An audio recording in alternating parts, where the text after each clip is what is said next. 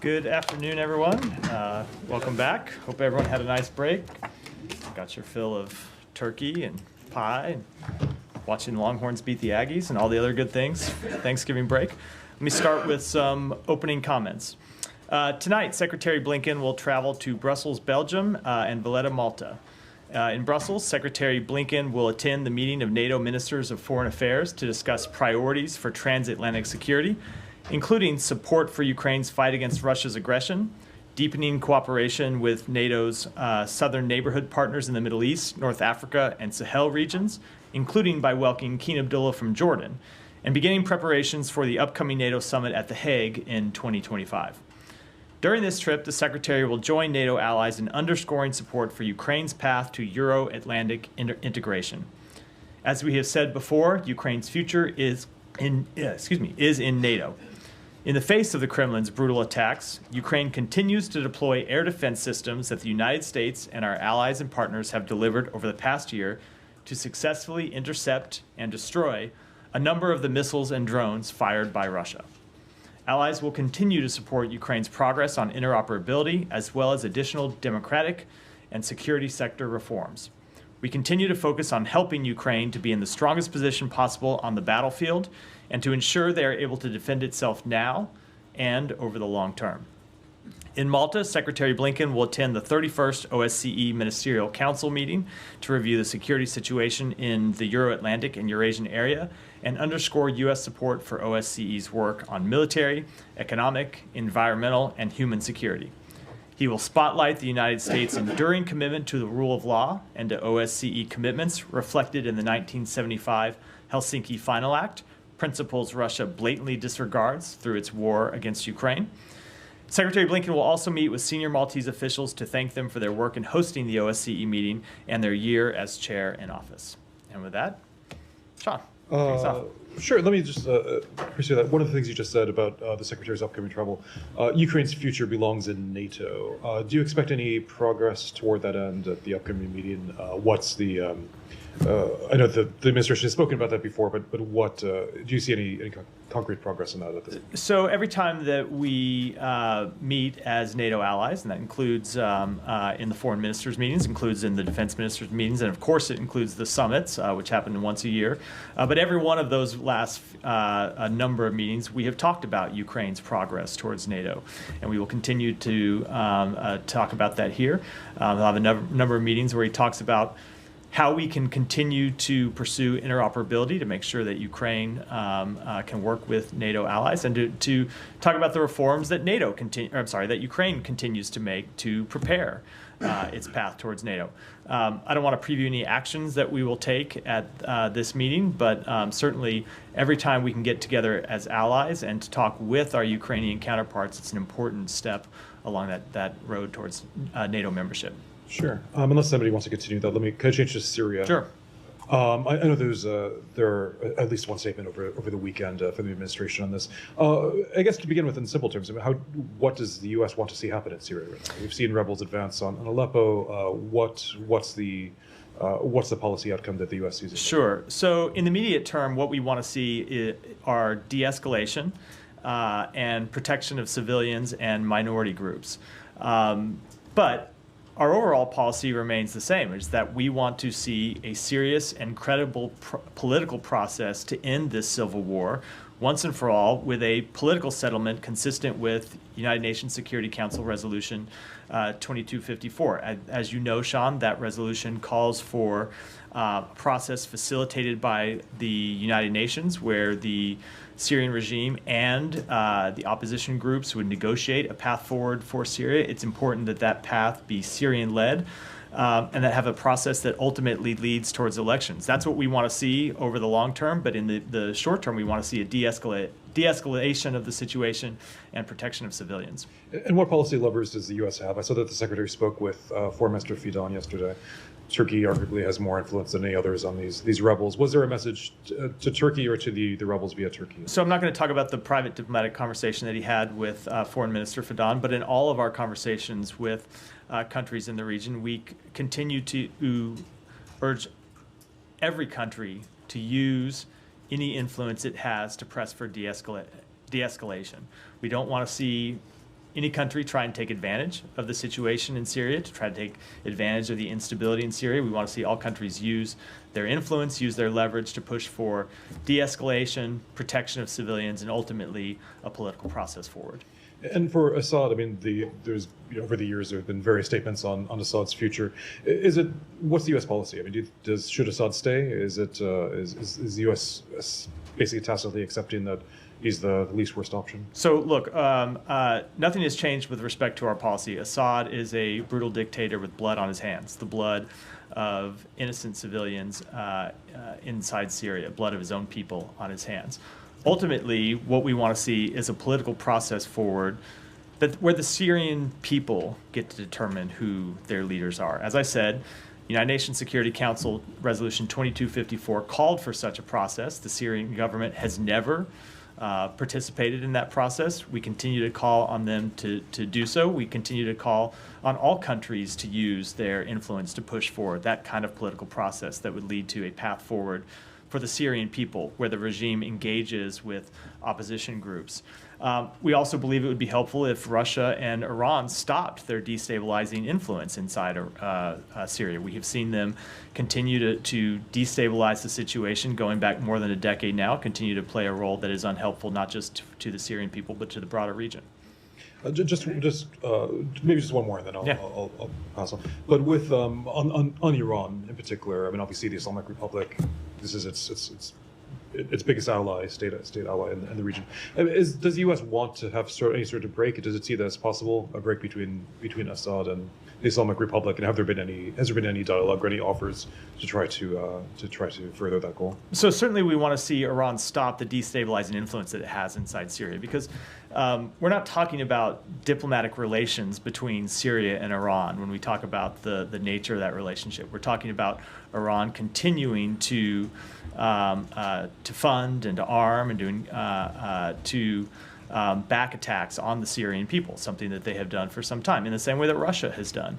So we want to see Iran's destabilizing influence in Syria and in the broader region curtailed. We don't object to diplomatic relations between countries. What we do object to is the destabilizing influence that Iran plays in Syria and across the broader region. Yeah. Just to come back, to follow up on the sanctions question, or the Assad question.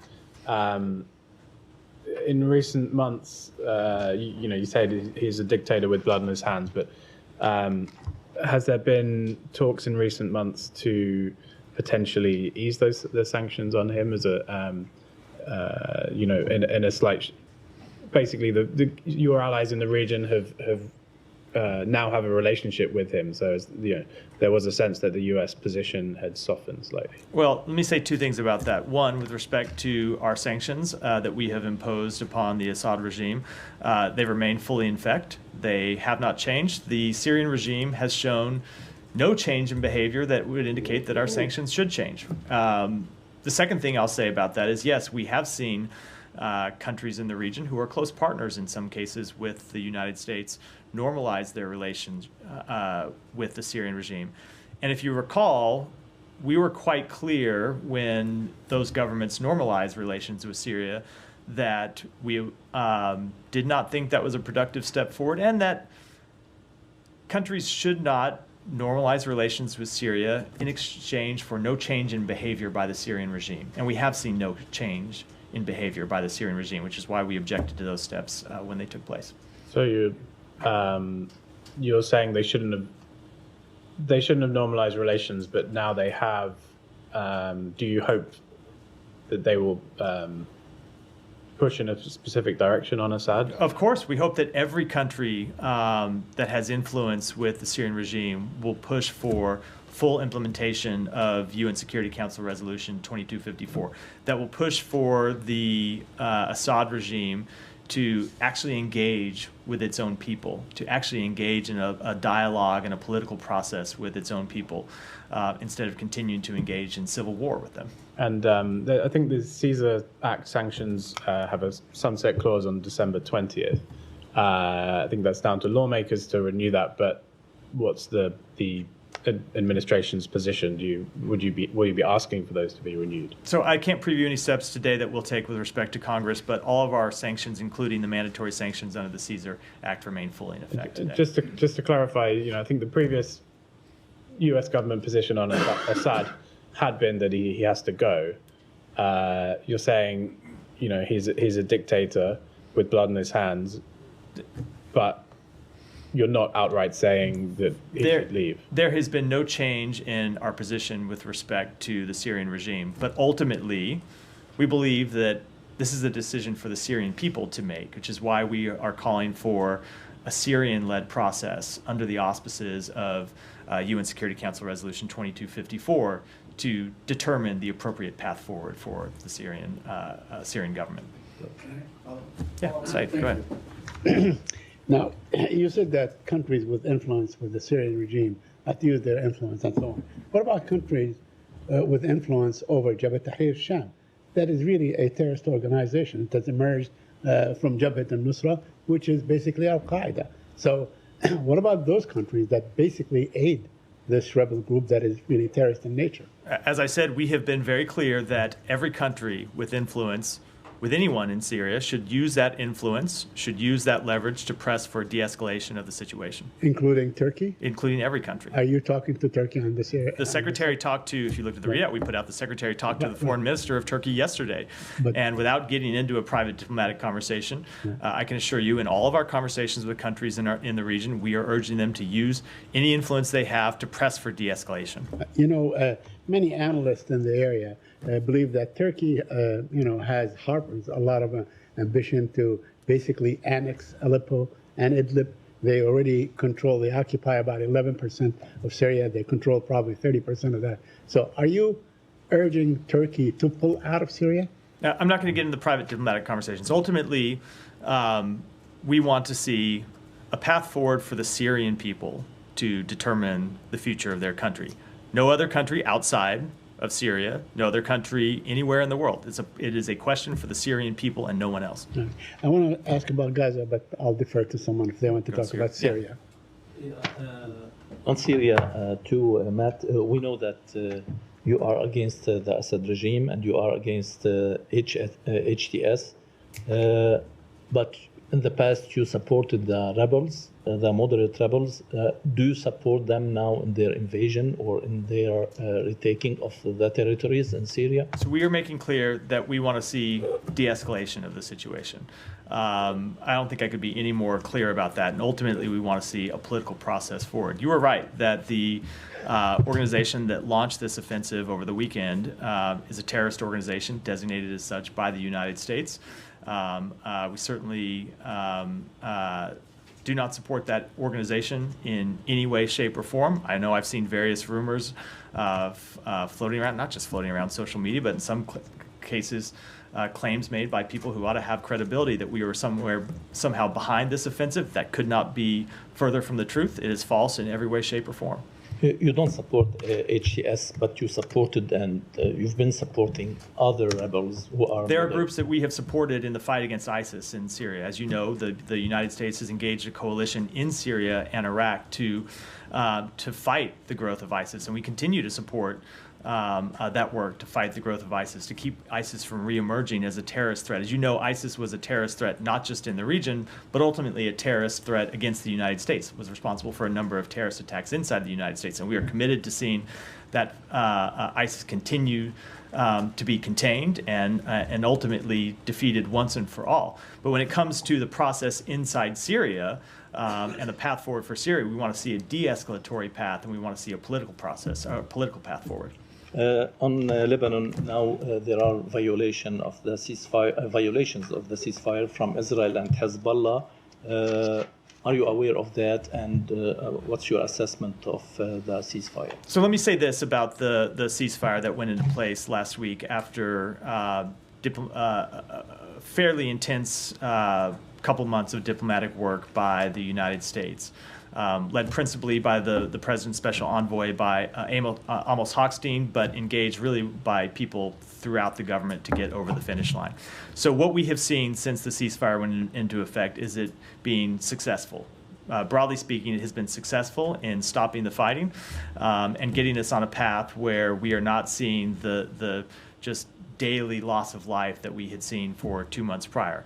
Now, with respect to violations or potential violations of the ceasefire, we set a mechanism up to look into this very question, where the United States, along with France, will engage with the Israeli military, will engage with the Lebanese military to look at potential violations. We obviously anticipated that there might be violations because anytime, or nearly any time, you have a ceasefire of this nature, you have either claimed violations of the ceasefire, especially in the opening weeks when things are very fragile, or you have real violations of a ceasefire. So what we are doing is engaging through this mechanism to look at all of these reports of violations of the ceasefire and deal with them through the channels that the mechanism set up, and that's what we'll do over the coming days. And a couple of ones too, if you don't mind. Speaker Berry has set January 9th as a date for the Lebanese parliament to elect a new president. Was that part of the ceasefire agreement that the U.S. brokered? It was not a part of the ceasefire agreement, but we have always made clear to the government of Lebanon, to political actors in Lebanon, that we wanted to see a president elected by the parliament as soon as possible. As you know, because you and I have talked about it many times in this room, we have been pushing for the election of a new president for several years now, dating back well before October 7th, dating well back before the intensification of conflict between Israel and Hezbollah in September of this year. And we continue to push for the election of a new president because we think it's important to strengthening Lebanese political institutions. My last one, does the U.S. still support the LAF commander, Joseph Aoun, to be the next president, as Axios has reported? We are not, sorry. Did not mean to cut you off. We are not taking sides in that election. We have been quite clear from day one.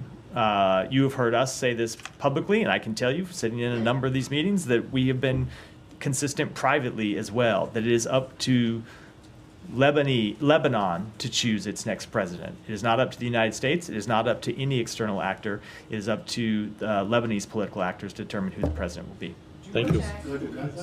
Quickly put a point on just one thing. Sure. When you said that it's broadly speaking successful, the ceasefire is holding, basically, in your view, despite what you see. Look, the ceasefire is holding. Now, look, obviously, when you have any ceasefire, you can see violations of it, and that's why we set up this mechanism in the first place, because we knew that there would be potential violations. Just as anywhere in the world, when you see a ceasefire implemented, you see various violations at times. Ultimately, what we don't want to see is the ceasefire breakdown, and we've not seen the ceasefire breakdown. When we get reports of potential violations, we have a mechanism that we put in place with the government of France to look at those potential violations, determine if they are in fact violations, and then engage with the parties to ensure that they aren't repeated.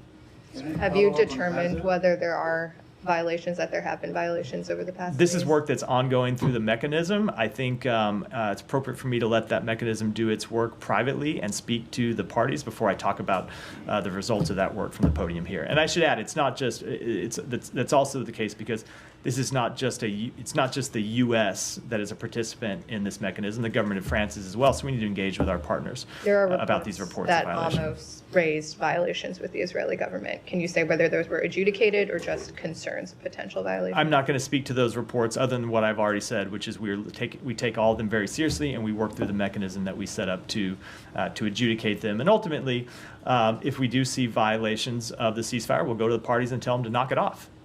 We want to see the ceasefire hold. We want to see it be successful. We want to see people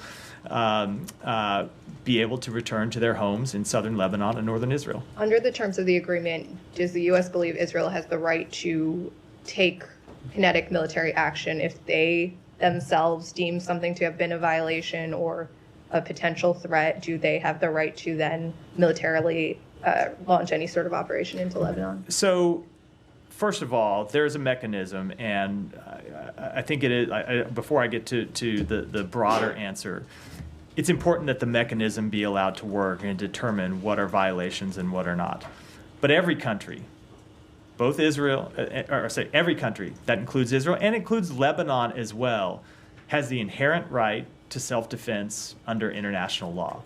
That was a fact before the implementation of this ceasefire agreement. It remains a fact that all countries have the right to self-defense under international law.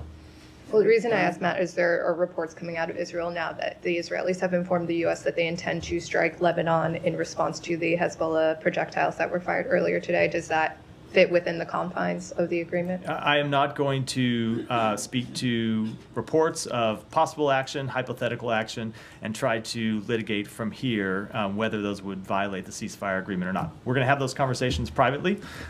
We have channels set up to do that, and we will hold those conversations not in public, but Last in private. question: is that a real-time channel? Like, could they? Yeah, the mechanism is already up and engaging. We're putting more steps in place to formalize it over the coming days, but it is already up and working. And that mechanism would allow either side to immediately, in real time, call in potential violations. It allows Is there any it allows both sides to report potential violations of the ceasefire, and allows us and our French partners to engage with them as well. Maybe can I go to Yeah, that? Hiba, go ahead. Yes. So what's the difference then between now and after 2006? If what you are asking the parties to report to you, instead of stopping what's happening, it's just we will have another round. Since the ceasefire was brokered, we saw multiple violations. And today now, Hezbollah, 1 hour ago, he said that he's responding to the Israeli that because of what he called violations. So what's the difference now? Are we going back to October 6th? Let me just say, Hiba, that I don't think it is a little too early to make predictions about what's going to happen going forward. We are less than a week into the implementation of this ceasefire. In just about every ceasefire in a major conflict around the world, those early days are when it is most fragile and when you are most likely to see violations and risk of violations. And what it is our job to do, along with the government of France, along with other countries, is to engage in the process that we have set up to impress upon both Lebanon and Israel that it is in their interest that this ceasefire hold. And it is in their interest that this ceasefire be fully implemented. Because remember, we are at the early stages in a process that calls for, over the next probably 55, 54 days now, where Israel will fully withdraw all of its troops, something that hasn't happened yet because we aren't yet at that stage of the ceasefire. For that to work, we have to see a continued broad holding of the ceasefire. We need to see the mechanism work work through its procedures to make sure violations are reported and dealt with as they should be, and that is an important difference from the ceasefire in 2006. And then we need to see Lebanese forces deploy to south of the Litani River in a meaningful way, also a difference between the ceasefire that was brokered in 2006. So those are the meaningful differences to answer your question. But we are less than a week into this. I think it's a little too early to make judgments about what the future is going to look like. Okay, I want to ask again about Syria. Just be patient. I swear. I come to you every day. You know I'm going to come to you. Hold your horses a second. Just about Syria and the sanctions. I know you've been asked this question and you gave your answers, but since on December 20, either you will renew the Caesar sanctions or not, are you open to lift the sanctions on Assad in condition to cut his relations with the Iranian? This is the question. We have seen no change in behavior by the Assad regime. We have no indication of change in behavior by the Assad regime. Let me just answer the question broadly about all of our sanctions. None of the sanctions that we impose are ever meant to be permanent. We impose sanctions as a consequence for behavior taken by other countries, taken by other entities, taken by other actors. And we want those entities and actors to change their behavior. And anytime a country changes its behavior, we are open to changing our sanctions posture. That's not a statement about Assad. That is a statement about every actor in every country in the world on whom we have imposed sanctions. But that said, we have seen no indication that the Assad regime is prepared to change its behavior, and that is why all of our sanctions remain in place. What if you have guarantees, some of your regional partners telling you that we can guarantee that he will cut relations with us? Are you open? This statement signals that you are open. No. First of all, I've made very clear the statement did not signal anything. The statement was a broad statement about why we impose sanctions and why we change our sanctions. But we only change our sanctions when countries change their behavior. And we have seen a long history of the Assad regime refusing to engage in the processes outlined for it by the United Nations, and continuing to commit violence against its own people, continue to engage with the Iranian regime that supports terrorism around the region. And so because the Assad regime has not changed its behavior, we have not changed our sanctions policy. Now, if it changed its posture, I'm not even going to get into hypotheticals. We are where we are because they have not changed their posture and have shown no indication they plan to do so. Saeed. Thank you.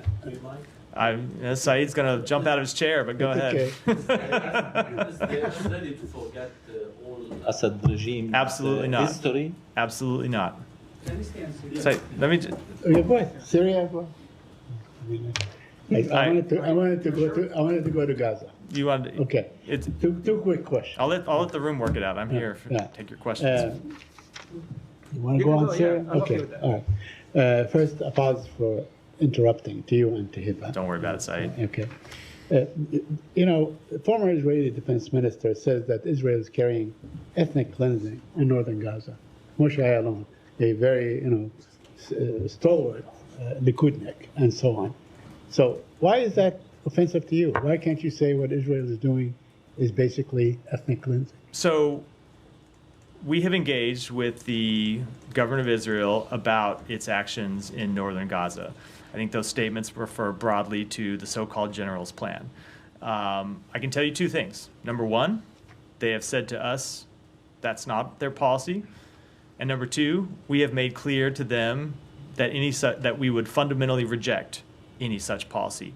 I can't speak to the assessments made by a former Israeli military official. I can tell you that when it comes to potential violations of international humanitarian law, something else he raised in his statement, we have our ongoing assessments, and they have not concluded. But, most observers see what's going on, and they term it as such. I know you disapprove the word genocide and so on, but, a lot of people think what's going on is genocide, especially that the threshold has crossed 45,000 people.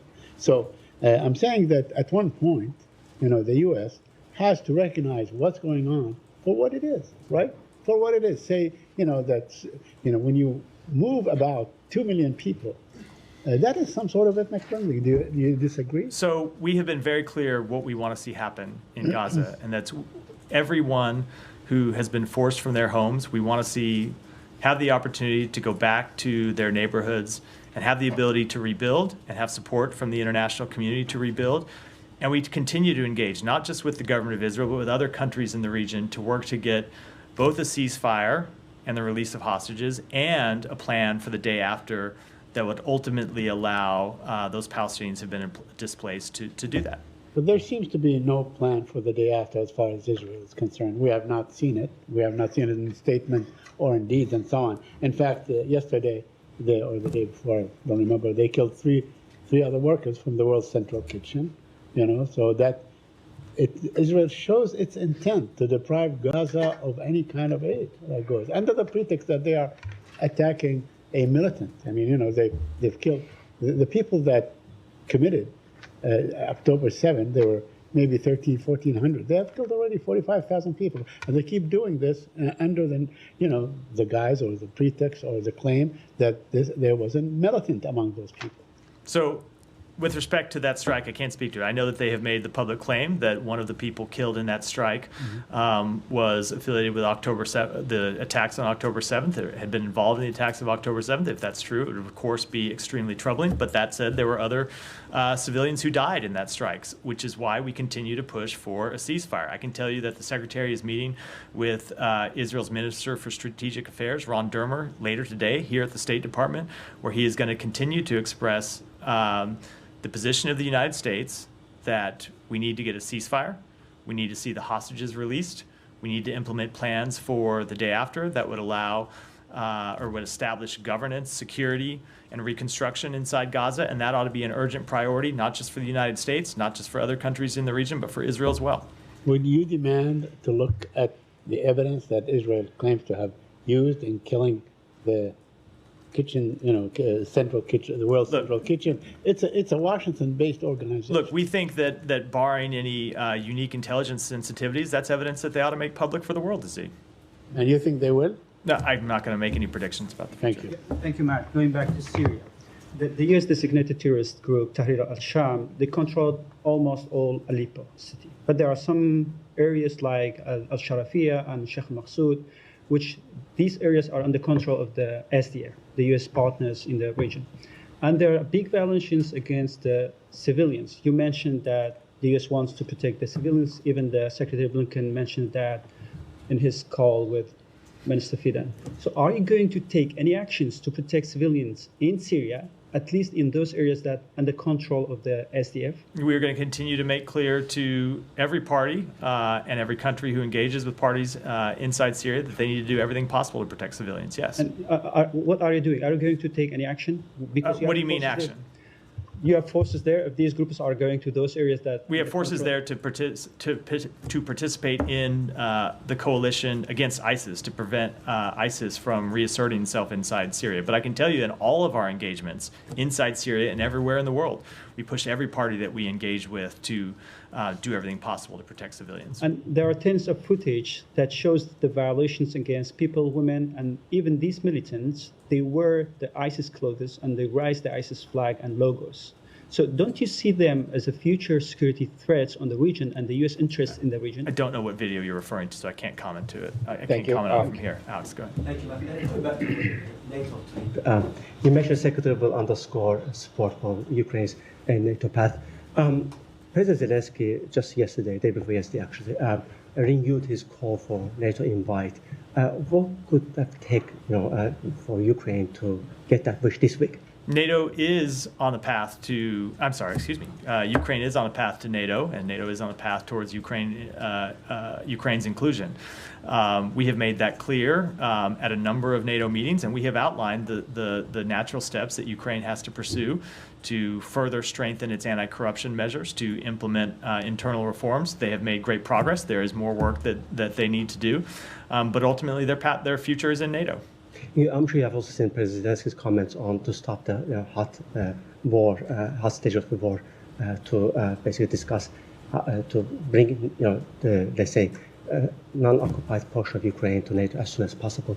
Do you have any comment on that? No, those are comments for him to make, decisions for him to make, I should say, not for the United States. Thank you. We'll move to Georgia, if I may. I want to make sure the records reflect that as we speak, the Georgian Americans outside this building, they're protesting, they're asking for actions. They're asking for similar actions that Baltics took today. The Canadian government also signaled that they're going to come up with sanctions. What is preventing you from announcing sanctions against Ivanishvili and his henchmen? So, Alex, because we've been down this road before, that we do not preview sanctions from this podium. We will, whenever we have sanctions announcements to make, we make them, and I know that you report on them when we do. But even that said, you have already seen us impose sanctions on Georgian government officials. You have seen us impose visa restrictions. You have seen us take other actions to suspend $95 million that we provided to the Georgian government. We have made very clear that we are concerned with the steps that they have taken to move away from the path towards greater integration with Europe that they had been on, and that we know the Georgian people support. But the action that you have taken recently, to suspect your strategic relationship with Georgian government, I want to understand what your perspective here is. The Georgians out there for days protesting against this government, taking their European pass away from their hands, and they're trying to secure the relationship with the U.S. and with the European Union. And by announcing this suspicion of relationship without sanctioning those perpetrators, whose side are you really on? We are on the side of the Georgian people. Yeah, sorry. Thank you. Thank you, Matt. I have a question on the Russia, North Korea, and Ukraine. Belosov, Russian defense minister, visited North Korea and met with Kim Jong-un. Kim Jong-un said he fully supports Russia's territorial integrity And the Defense Minister Belousov requested additional supports for artillery shells and additional North Korean troops. How do you think this will change the war between Ukraine and Russia? Well, we have already seen North Korea and Russia escalate the war against Ukraine by introducing North Korean forces into Kursk, where they have engaged in direct combat operations against Ukrainian forces. That was a major escalation by the government of Russia that North Korea participated in. We have seen North Korea supply Russia with equipment, materiel, in addition to troops on the ground to support that conflict, and we remain extremely concerned about those actions. That's why you have seen us take steps in recent weeks to bolster Ukraine's defense of its country, and we'll continue to do that. Yeah, the President Zelensky announced yesterday that the Ukrainian military destroyed the North Korean armored vehicles and that the North Korean soldier died in combat. Does the United States have any information on the number of North Korean casualties and wounded?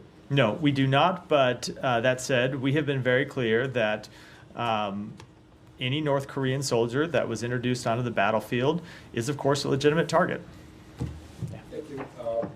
Since President Trump won the elections, there has been a sense of mistrust in many parts of the world. Europe is worried. Many U.S. partners and allies are worried. Even President Biden is worried. He just pardoned his own son, despite previously saying he would not do that. So I wonder if someone would try to bring that into the State Department briefing room. Something I in no way can comment on. But are you worried? Am I worried about what? About the world is changing and the midnight threatening tweets about U.S. partners. Look, I don't think it's appropriate for me to comment on the policies of an administration that has not yet taken office. We have one president at a time. I'm glad to stand up here and take questions about President Biden's foreign policy. And presumably, there will be a new State Department spokesperson on January 21 who can take questions about President Trump's foreign policy. But after a series of terrorist attacks, Pakistan is ramping up a military operation against terrorists as more than 1,000 people, including security forces, were killed. Pakistani officials in their meetings with U.S. counterparts have requested state-of-the-art technologies such as communication interception tools, aerial surveillance systems, and others. Is the current administration going to provide these tools to Pakistan before the transition? Look, I don't have anything to announce at this time, but as we have said many times, we continue to stand with Pakistan in its fight against terrorism and violent extremism. The Indian External Minister Jaishankar recently met with Secretary Blinken in Italy. That was the first meeting following the indictment of businessman Adani and an Indian agent alleged involved in murder plot against 6 activists. Is there any discussion on that? I'm not going to get into private diplomatic conversations, but as you've heard us say before, we regularly raise in conversations with our Indian counterparts that case and the concerning implications from it. Yeah, go ahead. On China, do you have new information or updated numbers on North Korean troops deployed in Kursk to fight alongside Russian forces? I don't have any new number to provide other than what we said last week or late in the week before, which is we now seen upwards of around 11,000 North Korean troops deployed in Kursk. And is there any indication that China is taking measures to stop further fueling Russia's war on Ukraine following President Biden and Xi's meeting in Lima? No, we continue to think that they need to do more. And we have been quite clear with them in our engagements that the actions that Russia has taken, both to invade Ukraine, but also to strengthen its security partnership with North Korea, which they needed to do because of the difficult positions they faced at times inside Ukraine, are destabilizing to the region and ought to be things that China should be concerned with, and that they ought to do more to express that concern. They ought to do more to stop the supply of dual-use goods and other technologies that Russia has used to fuel its war machine. We have seen them take some limited steps, but they need to do much, much more. And can you provide more details and the names of the PRC citizens released by the U.S. in exchange for the release of 3 Americans wrongfully detained in China last week? And have they returned to China? Have they returned to China? No, look, I cannot, I'm not going to speak to that publicly. Obviously, anyone who has been released has the wherewithal to speak publicly for themselves. I will say that this is something that this administration has really put a lot of focus and a lot of effort into. We have now secured the release of more than 50 wrongfully detained and unjustly detained Americans held around the world. I can tell you that in every meeting Secretary Blinken had with his Chinese counterparts, he raised the cases of Americans who were wrongfully detained in China and pressed for their release. And we were determined to get them released before this administration left office. And we have been able to accomplish that. And now there are no wrongfully detained Americans in China. And we will continue to work to secure the release of any wrongfully detained Americans anywhere in the world. And last one, would it be fair to say that China's travel advisory could return to level 3 if the arbitrary detention or exit bans persist? Of course. I mean, when it comes to determining our travel advisories, we look at the behavior of the countries. And China's travel advisory had gone from a level 2 to a level 3 because we had seen them wrongfully detaining Americans. And that's one of the indicators that you look at to determine what the appropriate level ought to be for any country is whether they are wrongfully detaining Americans. China was, and so they were moved up to a level 3. They are no longer wrongfully detaining Americans, so they've moved back down to a level 2, but it's true for China as it is true for any country in the world, that if they are wrongfully detaining our citizens, we will work to get them back. And of course it will have an impact on the travel advisories that we issue from the State Department. On the transition, Matt, now that the Trump team says they've signed the MOU, has there been any further engagement between the State Department team and the Trump? There hasn't. We have made clear that we are ready to work with an agency review team when the Trump transition team appoints one. To our knowledge, they have not yet appointed an agency review team, or if they have appointed an agency review team, that team has not yet made contact with the State Department. We are ready, willing, and able to provide support to ensure this is a successful transition, and we'll do that as soon as they appoint a review team. Sean, did you have one? For hot aspects. Okay. All right. Yeah. Thank you very much. Thank you very much, Matt. 3 quick questions. I'm going to be brief. In Pakistan, I'm sure you're aware, 12 people have been officially killed during a rally of Imran Khan. At the same time, Rabia news agency had reported 265 deaths in Pakistan in terrorist attacks. In Imran Khan's rally and in these terrorist attacks, majority of the Pashtun people have been killed. I had asked Vedant a few months ago if State Department could do some studies because this is one of the best podium and organization which can do like a research paper. Why is it Pashtuns always getting killed? Whether in politics, whether in terrorism. Look, we want to see any protests be peaceful, and we want to see the government of Pakistan, as is true with any government around the world, to to engage with peaceful protests respectfully and to deal with them peacefully. And second one, 2020, a very senior U.S. official had committed suicide, and just before his suicide, his articles were published in my newspaper, The Frontier Post, about his role in Afghanistan, Russia. That story appeared after his suicide was with regard to the Russians paying the Taliban bounties to kill the U.S. soldiers.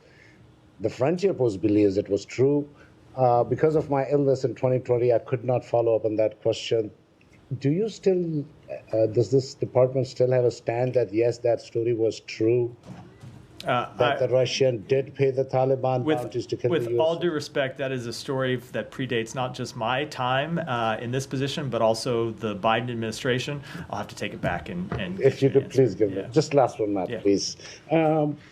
Afghanistan just started their foreign minister just showed video this morning of Tapi gas pipeline, Turkmenistan, Afghanistan, Pakistan, and India. Certainly great for Pakistan-India relationship, but growing Taliban. You also see their growing thing, this Taliban expansionism I've been mentioning to you. Do you agree, do you see now that Talibanism is growing at the same kind of like the Iranian mentality? I mean, you have half of the population of girls without education. That's not Islam. That's just psychic attitude. Do Do you agree with me on that? Since several months I've been mentioning. Now, let me just say, I think we have made quite clear our position on the Taliban and the position on the Taliban's abuses of its people, including, of course, women and girls inside Afghanistan. I'll do a few more, and I got to go. Thank Ryan. you so much, Matt. Yeah. Can I ask you for a little bit more background on the side letter that the U.S. sent to Israel regarding the ceasefire arrangement with Hezbollah and Israel? What does it allow Israel to do?